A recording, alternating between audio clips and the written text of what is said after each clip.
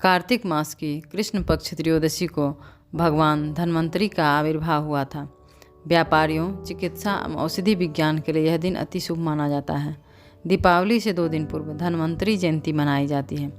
महर्षि धन्वंतरी आयुर्वेद एवं स्वस्थ जीवन प्रदान करने वाले देवता के रूप में भी पूजनीय है। जिस प्रकार धन वैभव के लिए देवी लक्ष्मी की पूजा अर्चना करते हैं, ठीक उसी प्रकार स्वस्थ जीवन के लिए स्वास्थ्य के देवता धन्वंतरी की आराधना की जाती है। धन्वंतरी आरोग्य प्रदाता हैं। भगवान धन्वंतरी जब प्रकट हुए थे तो उनके हाथों में अमृत से भरा कलश था। भगवान धन्वंतरी कलश लेकर प्रकट हुए थे, इसीलिए इस अवसर पर बर्तन खरीदने की परंपरा है। लोक मान्यता के अनुसार इस दिन वस्तु या बर्तन खरीदने से उसमें 13 गुना वृद्धि होती है। इस अवसर पर लोग धनिया के बीज खरीदकर घर में रखते हैं। धनतेरस पर पूजा का विशेष महत्व है। इस दिन लक्ष्मी, गणेश और कुबेर की पूजा की जाती है। इस पावन दिवस में स्वास्थ्य और औषधि के देवता धन्वंतरी की पूजा सबसे महत्वपूर्ण है। अपने पूजा गृह में धन धन्वंतरिये नमः का 108 बार उच्चारण करना चाहिए। स्वास्थ्य के भगवान धन्वंतरी आरोग्य प्रदाता हैं, इसीलिए इस दिन उनकी पूजा अर्चना करके उनसे शारीरिक एवं मानसिक स्वास्थ्य की प्रार्थना करते हैं। ऐसी मान्यता है कि इस दिन धन्वंतरी की पूजा करने से स्वास्थ्य सही रहता है। धन्वंतरी की पूजा के बाद लक्ष्मी और गणेश का पूजन किया जाता है। सबसे पहले गणेश जी को दिया अर्पित करते हैं और धूप बत्ती दिखाते हैं। इसके अलावा इस दिन कुबेर के देवता की भी पूजा की जाती है। धनतेरस पूजन के लिए सबसे पहले एक लकड़ी का पट्टा लेना चाहिए और उस पर स्वस्तिक का निशान बनाना चाहिए। धनतेरस के दिन चांदी खरीदने की भी परंपरा है। यदि संभव ना हो तो कोई बर्तन खरीद सकते हैं। चांदी चंद्रमा का प्रतीक है जो शीतलता प्रदान करता है और मन में संतोष रूपी धन का संचार करता है। भगवान धन्वंतरी जो चिकित्सा के भी देवता हैं, उनसे स्वास्थ्य और संतोष की कामना की प्रार्थना की जाती है। इस दिन दीपावली की रात लक्ष्मी गणेश की पूजा के लिए मूर्ति खरीदने की भी परंपरा है।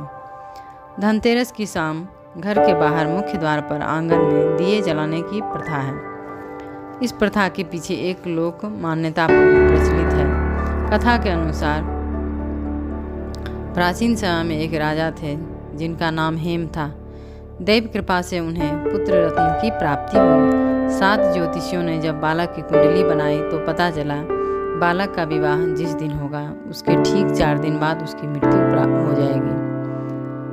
राजा इस बात को जानकर बहुत दुखी हुआ और राजकुमार को ऐसे स्थान पर भेज दिया जहाँ किसी स्त्री की परछाई भी ना पड़े। दैव योग से एक दिन एक राजकुमारी उधर से गुजरी और दोनों एक दूसरे को देखकर मुग्ध हो गए और उन्होंने गंधर्व विवाह कर लिया।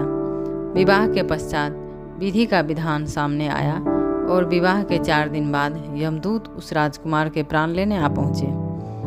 जब यमदूत राजकुमार के प्राण लेकर जा रहे थे, उस समय उसकी नवविवाहिता पत्नी का विलाप सुनकर उनका हृदय भी द्रवित हो उठा, परंतु विधि के विधान के अनुसार उन्हें अपना कार्य करना पड़ा। यमराज से एक यमदूत ने विनती की, हे यमराज, क्या कोई ऐसा उपाय नहीं है जिससे मनुष्य की अकाल मृत्यु से मुक्त हो जाए। यमदूत के इस प्रकार अनुरोध करने से यम देवता बोले, हे दूत, अकाल मृत्यु तो कर्म की गति है। इससे मुक्ति का एक आसान तरीका मैं तुम्हें बताता हूँ। कार्तिक कृष्ण पक्ष की त्रयोदशी की रात को जो जीव मेरे नाम से पूजन करके दीपमाला दक्षिण दिशा की ओर भेंट करता है, उसे अकाल मृत्यु का भय नहीं रहता। इसी कारण लोग इस दिन घर से बाहर दक्षिण दिशा की ओर दीप जलाकर रखते हैं। धन्वंतरी देवताओं के चिकित्सक हैं और चिकित्सा के देवता माने जाते हैं, इसीलिए चिकित्सकों के लिए धनतेरस का दिन बहुत ही महत्वपूर्ण होता है। धनतेरस की शाम यम के नाम पर दक्षिण दिशा में दीप जलाकर रखने से अकाल मृत्यु नहीं होती।